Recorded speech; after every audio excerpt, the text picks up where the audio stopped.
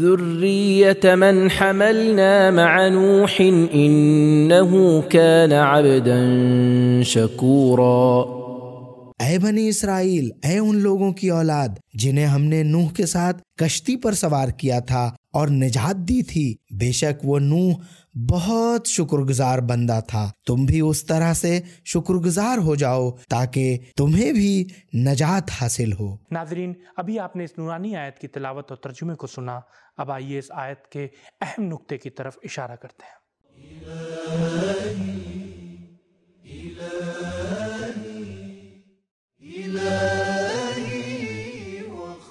حضرت نوح علیہ السلام کو انسانوں کا دوسرا باپ یعنی آدم ثانی کہا جاتا ہے، کیونکہ جب ان کے دور میں طوفان آیا تو تمام لوگ ڈوب گئے تھے، بس وہی افراد باقی بچے تھے جو ان کی کشتی میں سوار ہوئے تھے۔ اس لیے ذریۃ من حملنا اور یا بنی آدم تقریباً ایک معنی میں ہے۔ سارے انبیاء میں حضرت نوح نے سب سے زیادہ اور لمبی عمر پائی تھی۔ آپ ہمیشہ کفار اور ہٹ دھرم لوگوں کی سخت سے سخت اذیتوں اور تکلیفوں کا شکار تھے، لیکن اس کے باوجود آپ انتہائی شکر کرنے والے انسان تھے۔ اللہ تعالیٰ نے ان کی خصوصی قدردانی کی ہے اور ان پر سلام بھیجا ہے۔ اس آیہ کریمہ کے اہم نقطے کو جاننے کے بعد اب آئیے دیکھتے ہیں کہ اس آیہ کریمہ میں ہمارے لیے کیا اہم پیغام بیان ہوئے ہیں۔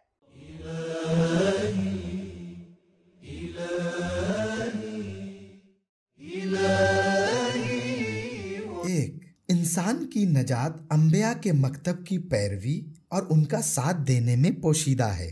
دو، گزشتہ قوموں کی تاریخ آنے والوں کی تربیت اور ان کے متوجہ ہونے کا سبب ہے۔ تین، بچوں کا اپنے باپ دادا اور بزرگوں کی شرافت اور ایمان کی طرف توجہ دینا اولاد کی تربیت اور ان کی ذمہ داری قبول کرنے کا ایک بہترین راستہ ہے۔ چار، عبودیت اور خدا کی بندگی حادثے اور ہلاکت سے محفوظ رکھتی ہے۔ پانچ، عظیم اور آئیڈیل شخصیت کا احترام اور ان کی تعظیم تربیت کے اسباب میں شامل ہے۔ چھ، شاکر ہونے کی برکتوں میں سے ایک نسل کا باقی رہنا ہے۔ ناظرین، الحمدللہ اب تک ہم نے سورہ اسراء کی 3 آیتوں کی تفسیر کو جان لیا ہے۔ آئیے چوتھی آیت کی تفسیر کو جاننے کے لیے پہلے اس کی تلاوت اور ترجمے کو سنتے ہیں۔ وَقَضَيْنَا إِلَى بَنِي إِسْرَائِيلَ فِي الْكِتَابِ لَتُفْسِدُنَّ فِي الْأَرْضِ مَرَّتَيْنِ وَلَتَعْلُنَّ عُلُوًّا كَبِيرًا۔ ہم نے کتاب توریت میں بنی اسرائیل سے یہ اعلان کیا کہ تم قطعاً زمین میں دوبارہ فساد کرو گے اور بہت زیادہ تفاخر اور برتری حاصل کرنے کی کوشش کرو گے۔ تو ناظرین، یہ تھی آیت کی تلاوت اور اس کا ترجمہ۔ اب آئیے اس کی نکات پر گفتگو کرتے ہیں۔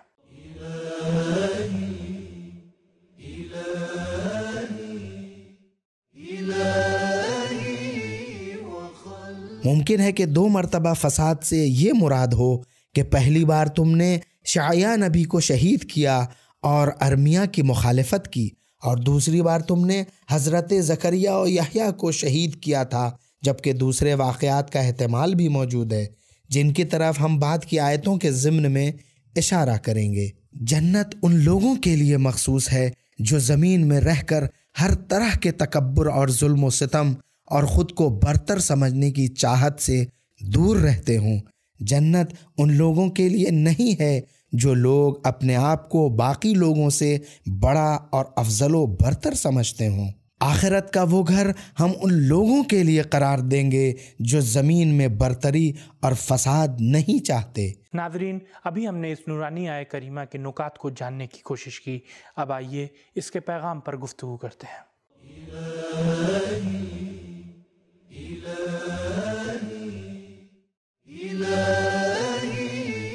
آسمانی کتابوں نے آئندہ کے حالات کی بھی خبر دی ہے۔ 2. یہودیوں کے گزشتہ حالات توریت میں بھی لکھے ہوئے ہیں۔ 3. فساد ایک عام لفظ ہے جو ہر طرح کے جانی فساد، ثقافتی اور کلچرل فساد، اقتصادی اور اکنومیکل فساد و خرابی، فوجی اور سیاسی فساد کو شامل ہے۔ آیت میں لتفسدن مطلق آیا ہے، یعنی ہر طرح کا فساد۔ 4. خود کو برتر اور بڑا سمجھنا اور زمین میں فساد برپا کرنا دنیا طلب افراد کا خاصہ ہے۔ 5. وہ فساد زیادہ خطرناک ہے جس کی بنیاد استکبار اور خود کو برتر اور طاقتور ثابت کرنے پر ہو اور بار بار انجام پائے۔ 6.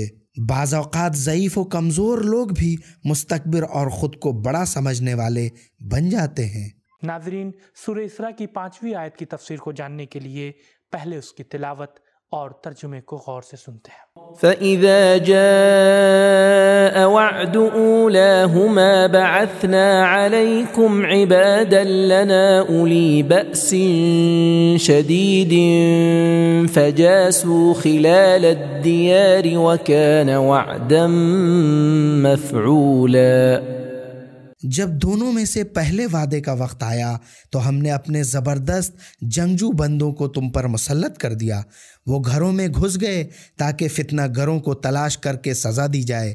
یہ قطعی اور پورا ہونے والا وعدہ تھا۔ تلاوت اور ترجمے کو سننے کے بعد اب آئیے اس کے نکات کو جاننے کی کوشش کرتے ہیں۔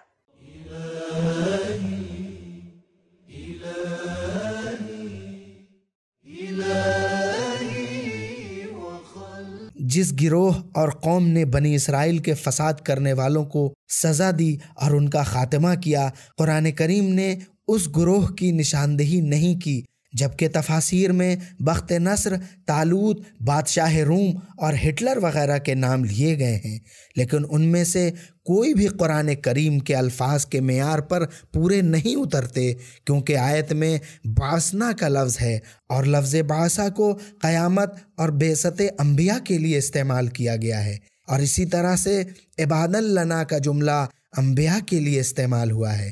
یہ مقدس جملے کسی بھی طرح ان لوگوں کے لیے مناسب نہیں، لہٰذا عین ممکن ہے کہ آیت میں آنے والے وقتوں کی پیشن گوئی کی گئی ہو جو ابھی تک پوری نہیں ہوئی ہے۔ اس آیہ کریمہ کے اہم نکات کو جاننے کے بعد اب آئیے دیکھتے ہیں کہ اس میں ہمارے لیے کیا اہم پیغام بیان ہوئے ہیں۔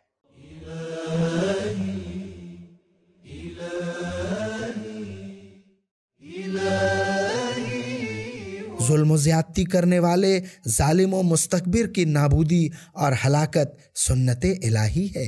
2.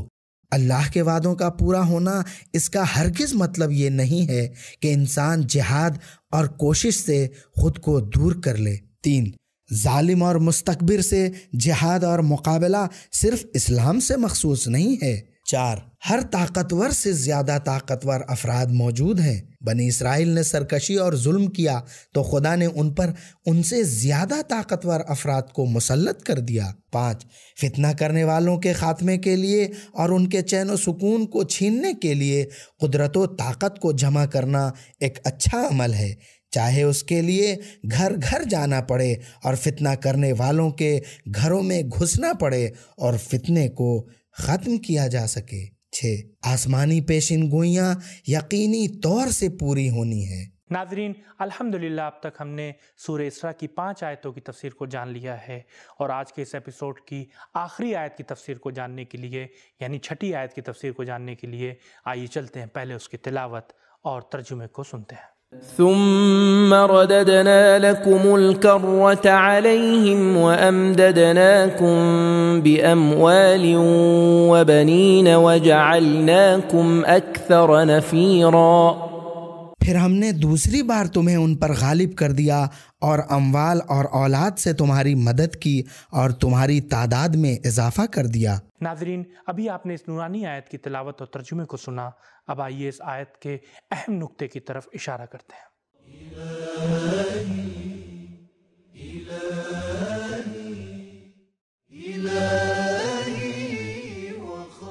آیت کے ظاہری الفاظ اس بات پر دلالت کرتے ہیں کہ بنی اسرائیل کے فساد پھیلانے اور ان کی شکست کے بعد قدرت کی طرف سے انہیں دوبارہ موقع دیا گیا اور ان کی نسل اور دولت میں اضافہ ہوا، لیکن اس بات کا بھی احتمال پایا جاتا ہے کہ رددنا لکم الکرہ کے مخاطب عبادا لنا اولی باسن ہی ہوں، اور یوں اس کا مفہوم یہ بنتا ہے کہ ہم نے اپنے جنگجو بندوں کو دو انعام دیے تھے۔ پہلا انعام یہ دیا کہ بنی اسرائیل پر ظلم کرنے والوں کا خاتمہ کیا، اور دوسرا یہ انعام دیا کہ انہیں حکومت و اقتدار دیا۔ اس آیہ کریمہ کے اہم نقطے کو جاننے کے بعد اب آئیے دیکھتے ہیں کہ اس آیہ کریمہ میں ہمارے لیے کیا اہم پیغام بیان ہوئے ہیں۔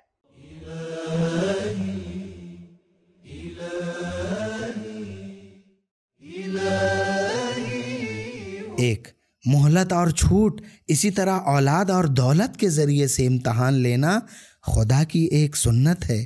دو، دولت اور انسانی طاقت قدرت اور حکومت کرنے کے لیے ضروری وسیلہ اور ذریعہ ہیں۔ تین، اللہ تعالیٰ کا لطف و کرم گناہ گار پر بھی ہوتا ہے تاکہ وہ توبہ کرے، اور اسی طرح سے اللہ کا لطف و کرم اس گناہ گار امت پر بھی ہوتا ہے جسے اس دنیا میں تھوڑی سی سزا مل گئی ہو۔ چار، لوگوں کی کثیر تعداد خدا کی ایک نعمت ہے۔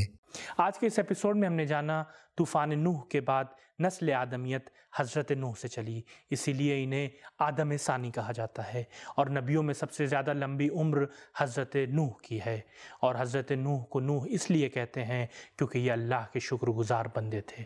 تو ناظرین، یہ تھا ہمارا آج کا پروگرام۔ امید کرتے ہیں آپ کو پسند آیا ہوگا۔ انشاءاللہ کل پھر حاضر ہوں گے کچھ نئی آیتوں کی تفسیر کے ساتھ۔ تب تک کے لیے خدا حافظ، فی امان اللہ۔